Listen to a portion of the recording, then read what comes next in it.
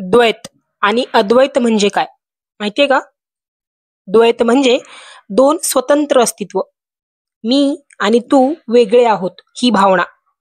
ईश्वराने माणूस निर्माण केला म्हणजे ईश्वर आणि माणूस वेगळे आहेत, ही झाली द्वैत भावना.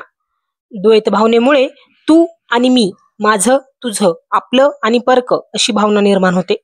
याच्या अगदी उलट अद्वैत म्हणजे द्वैत नसणे, दुजा भाव नसणे, देव आणि मी एकच आहे, रादर माझ्यामध्येच देव आहे ही भावना. आत्मा आणि परमात्मा किंबहुना सर्व सजीव व हे संपूर्ण जग एकच ब्रह्मचैतन्य आहे असं वाटणं म्हणजे अद्वैत.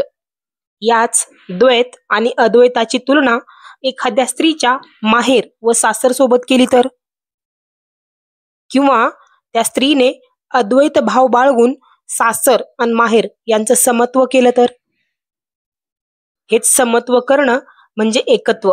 हीच एकत्वाची भावना घेऊन भगवंत प्राप्ती कशी करता येऊ शकते हे सांगणारा तुकाराम गाथेतील 12वा व्हिडिओ आपल्या चॅनलवर आला आहे. स्क्रीनवर खाली मी व्हिडिओची लिंक देते, नक्की पहा. धन्यवाद.